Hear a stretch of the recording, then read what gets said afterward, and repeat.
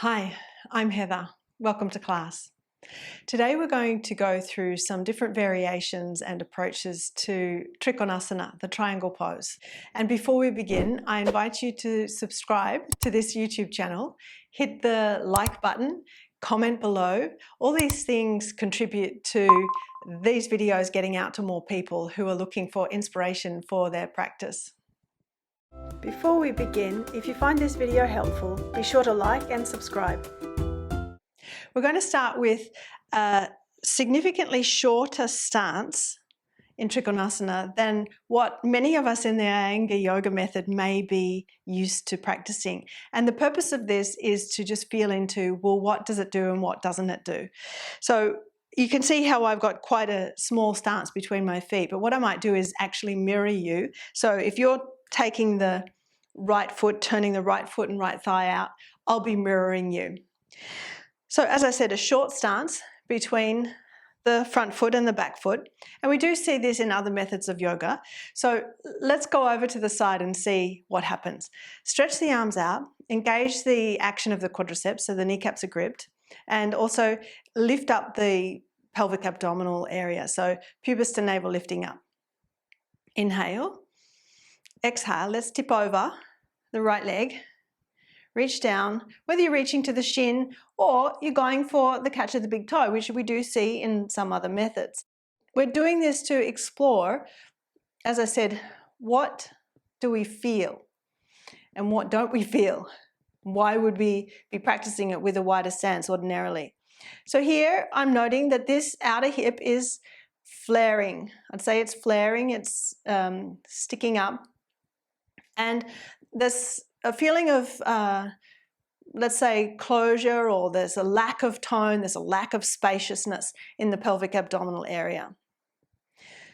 So let's come up, we'll inhale, and we'll take the legs wider to find out how we can correct those feelings to create more space across the pelvic abdominal area and to keep this outer hip in. So still on the same side, right thigh turning out. And you see how much of the mat I'm using. Inhale. Exhale, over the leg. Now no longer are we going for the catch of the big toe. We can rest the hand on the shin or the ankle. And already we're able to keep this outer hip drawing in, just watching that that outer left hip doesn't roll forward. So as we're keeping the right thigh turning out, let's see if we can get a sense of peeling the left pelvic bone up away from the right groin. So here's the right groin, peel the left pelvic bone up so that we're contributing to a feeling of spaciousness here across the pelvic abdominal area. Push back strongly through the left thigh so that you can action that peeling of the left pelvic bone up away from the right groin. Strong action in both legs, and to stand up, push into the left heel, inhale. Okay, let's step in. We'll narrow our stance again so we can repeat that narrow position between the legs on the left side. So again, we're engaging the quadriceps, working with the grip of the kneecaps, and we're also engaging our pelvic abdominal muscles. So draw pubis to navel up, left thigh turning out. Inhale, exhale, over the left leg, and we reach down. Again, whether you reach your hand to your shin, your ankle, or you go for the grip of the big toe. And we note that the further out we reach that hand, the more this outer left hip is going to flare, and that pelvic bone is going to come forward. So again, we can notice the abdominal area, the pelvic abdominal area is not as broad as it could be, and there can also be a tendency for this top chest to draw down, the top shoulder to roll forward. So of course we want to correct that. Let's come up, inhale, and we'll take the legs wider. So I would say more than the length of one of your legs between the feet. And again, you can note the space I'm taking on my mat. I'm using the majority of my mat. Stretch the arms out. Draw pubis to navel up. Inhale. Exhale, over the left leg, hand to shin, and be strong in the action of the back leg. So we press the right thigh back strongly and get a sense then you can peel this right pelvic bone away from the left groin. So we're creating a broadness, a spaciousness across that pelvic abdominal area. And likewise, we're aware this outer hip is not flaring. So in a sense, we're sucking the outer hip in, even though we're rotating the pelvis over the left femur bone. Then to stand up, push strongly into the outer right heel. Inhale. And turn your feet. Let's step in. We're going to take our mat to the wall and we'll bring one brick in to place the back foot on for another variation of Trikonasana. With our one brick, place it flat and against the wall. So we'll place the back foot on that brick. And so now I won't be mirroring you. I'm going to place my left heel against the wall, the whole left foot on the brick, and perhaps the little toe can just come a little bit away from the wall. So we're not squashing that outer foot and little toe edge of the ball of the foot into the wall. Then we hop out wide. So long stance. Again, a little longer than one of your legs' length can be helpful here. Now already with this heel elevated, I'm able to feel that I can suck the outer left hip in. Make sure right thigh is turning out, the kneecaps are gripped. Stretch the arms out. Inhale, exhale, over the right leg. So let's really focus on the rotation of the pelvis, but still offering some restraint in the outer left hip. So rotate the pelvis over the right femur bone feeding into the pelvis. And what we find with the back foot elevated is that we can potentially rotate the pelvis more without flaring that outer hip. So place your right hand on your shin, your ankle. Potentially you could even reach to the floor, but just watch. If you're reaching to the floor, particularly if you're trying to flatten the palm, oftentimes this top chest will start to roll forward and down and the shoulder rolls forward and it's hard to get a lift again. So fingertips is better to encourage the lift in the top chest. So we're rotating the left chest up, stretching left arm up, rolling left shoulder back, both shoulders actually rolling back. And you're pressing left thigh back, left shin back, plugging heel into the wall, into the brick, peeling left pelvic bone away from the right groin. Then push into the wall and the brick, inhale, stand up, and let's swap sides. So we place the right foot up on our brick, right heel plugs to the wall, and the little toe is just a little bit away from the wall if possible, and then you can spread that outer foot, spread the little toe to the brick, and then long stride. So as you stride the left leg out, turn the left thigh out, and then notice your capacity to draw the outer right hip in. Maintain awareness there. Stretch the arms out. Inhale, exhale.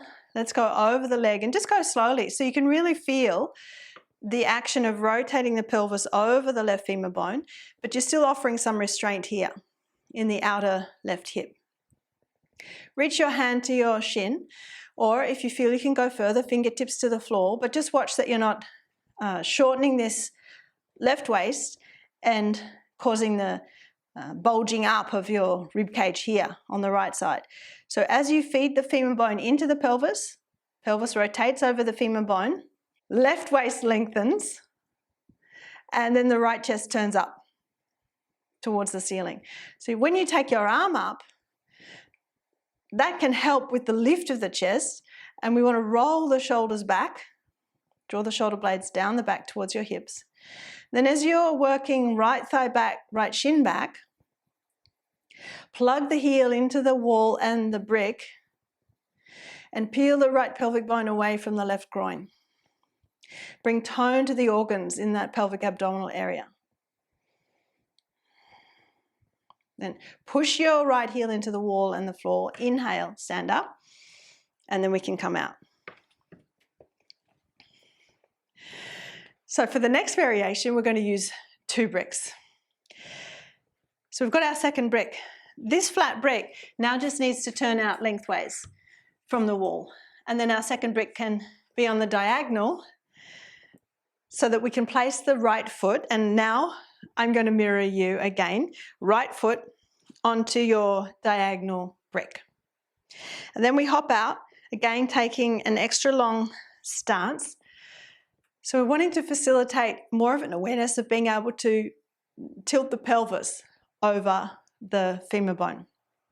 Ensure that your right thigh is turning out. So when you look at your leg, your kneecap, your toes face the wall. So if you can't see, if you've got pants on and it's hard to see your kneecap, bend your knee and just check, is that knee traveling the same direction as the toes? Are the toes definitely pointing to the wall, not turning forward? So when we straighten the leg, get a sense of feeding the femur bone into the pelvis, offer some restraint in this outer left hip, and offer a tone to the lower abdominal area, pubis to navel lifting up. Inhale. Exhale, reach out to the wall. So can you reach the fingertips to the wall? So again, we're focusing on this action of feeding the femur bone into the pelvis, rotating the pelvis over the femur bone, offering some restraint in the outer left hip, and lengthening this underside waist. So right side waist long. Maintain that length and reach your hand to your shin without sticking the buttocks back. See if you can keep pressing your hips forward and peel your left pelvic bone away from the right groin. Zip the navel up from the pubis and rotate the navel to the ceiling. Top arm up. Perhaps you can turn to look up. Roll both shoulders back and down. Then you push the left heel into the floor, inhale, stand up, and let's come out of the pose, and we'll repeat on the other side. Left foot on your diagonal brick. Hop out. Take your extra long stance. The right heel is in line with the arch of the left foot. Both legs are straight. However, you might want to just have a look, bend that knee a little bit. So you can see the knee is pointing the same direction as the toes. So then as you straighten the leg, feed the femur bone into the pelvis, and just offering some restraint here in the outer right hip. Stretch the arms out. Inhale. Exhale. Reach out to the wall. So find the wall. Now again, focusing on feeding this femur bone. Now it's your left femur bone. Feed that into the pelvis. Tilt your pelvis over the femur bone, but maintain some restraint in this outer right hip. So as we're tilting the pelvis, this left side waist should lengthen. If the pelvis isn't tilting, we're trying to get our hand down. You see how the left waist shortens, the top waist bulges, top rib cage particularly bulges. So more and more we're looking for the tilting of the pelvis, elongation of the bottom side waist, left side waist. Then as you take your top arm up, use that to encourage and enhance the lift of the right chest. Rotate the right chest up, press your shoulder tips back and down, drawing the shoulder blades down the back towards your hips. But be mindful that you're still offering some restraint through this outer right hip, pressing right thigh and shin back, plugging right heel down. And as you push into the back heel, inhale, stand up, and let's step out of that pose. Now we've got another variation that we're going to work with, and that is using a chair. So let's put our bricks away and bring a chair in. So I've placed my chair against the wall, and I'm going to use a second sticky mat on the seat of the chair, so it offers a bit of stick factor, so my heel sticks to the front edge of the chair, but it can potentially also offer as a bit of padding, because we're going to be pressing the heel onto the front edge of the seat, and depending on what your seat is like as to whether that might feel a bit uncomfortable with the pressure in the heel.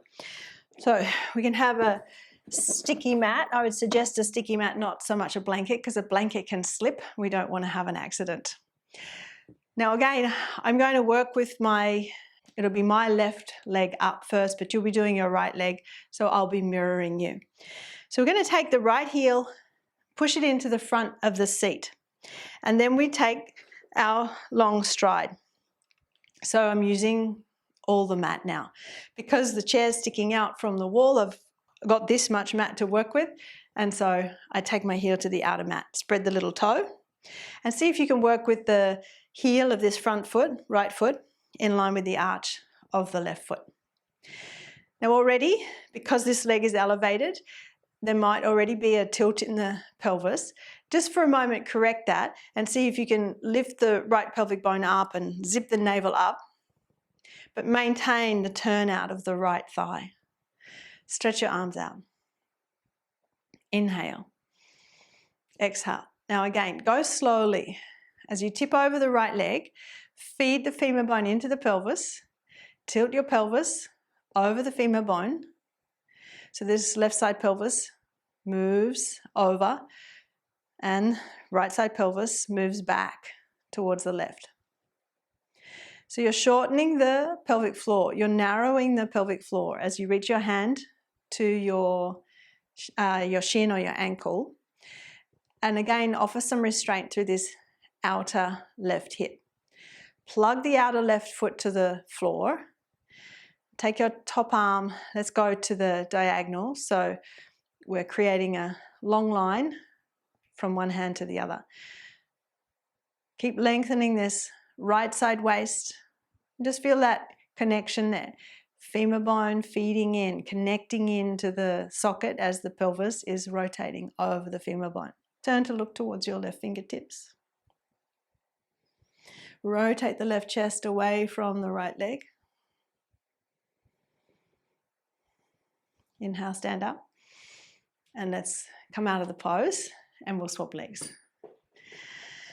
So left heel for you, pressing into the front of the seat, and then we'll hop, right leg back. So you have to excuse me if I get lefts and rights mixed up at times because I mirror you at times and then I don't mirror you at times. So this thigh turns out, kneecap and toes face the ceiling. You might want to bend the knee and just check, is that thigh rolling forward? Turn it out. And so then as we straighten the leg, we're feeding the femur bone into the pelvis. We're keeping the foot dorsiflexed. So we're not trying to point the toes to the chair. We really want to feel the pressure of the heel on the chair and the pressure of the chair on the heel. That pressure of the chair on the heel can help reinforce the movement of the femur bone into the pelvis. Then draw the navel up as you stretch the arms out. Inhale. Exhale.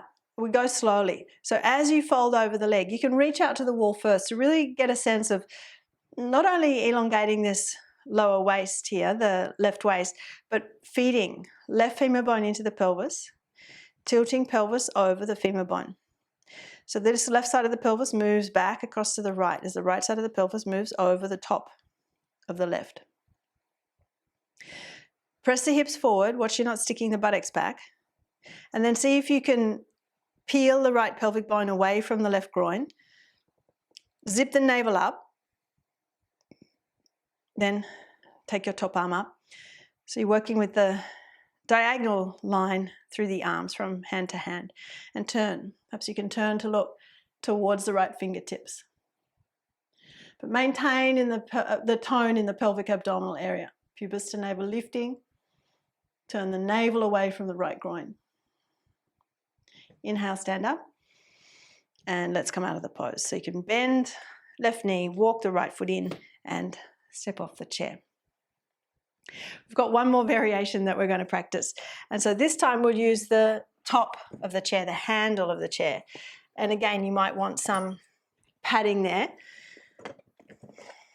You can have just a little bit of a gap, potentially, between the handle and the wall. However, what we're going to do is place the heel against the handle. So we're pushing the handle into the wall, the ball of the foot into the wall. You can potentially do this with the heel on the handle, but I like the idea of the pressure of the handle against the heel to reinforce the femur bone into the pelvis. Now at the moment it looks like I'm setting up for Utthita Hasta Padangusthasana number 2. However, I'm going to take this leg out wider and just take care that you don't overbalance. So you take the leg out wider. So again, we've got a super long stride, right heel in line with the arch of the left foot. and that right thigh is turning out. So the kneecap, toes facing the ceiling. Now note if the buttocks are sticking back, can you press the hips forward, zip the navel up, take the arms out wide, inhale, exhale, reach out to the wall. So you can reach fingertips to the wall, feed the femur bone into the pelvis, tilt the pelvis over the femur bone, and offer some restraint here. The outer left hip is still drawing in. As you're reaching to the wall, keep lengthening this right side waist and take your left arm out. Broaden the left chest away from the right foot and look along the left arm. Take care as you come out, so you want to narrow the stance. Step the right leg down and we'll swap sides.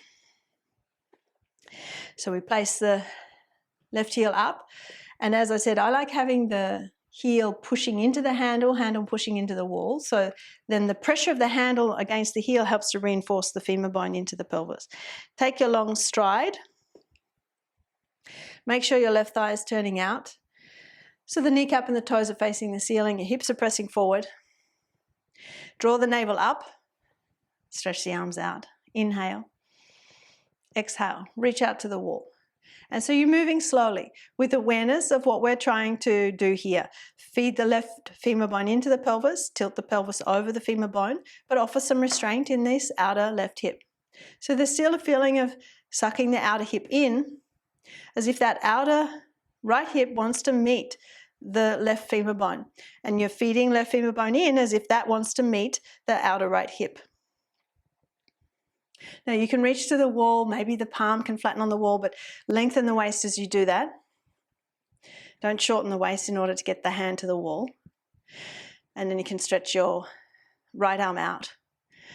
And use the stretch of the arm to help turn the chest. Turn your right chest away from the left leg. The palm can face forward or down. Both shoulders are rolling back and down. Then we push into the back heel, inhale, stand up, shorten your stance. Take care as you shorten your stance and prepare to step off the chair. So we ran through quite a few different variations of Trikonasana. Hopefully they are helpful in informing the way that we might want to approach that particular pose. If you enjoy practicing with me, I invite you to check out the video library on my website. It's very extensive. There's over 430 videos, and I add a new class to that library every week. I invite you to start your membership with a 7-day free trial. That's it for today. Thanks for joining me. For more in-depth teaching, check out the video library on my website, heatherkitchenyoga.com.au. The link is in the description box below.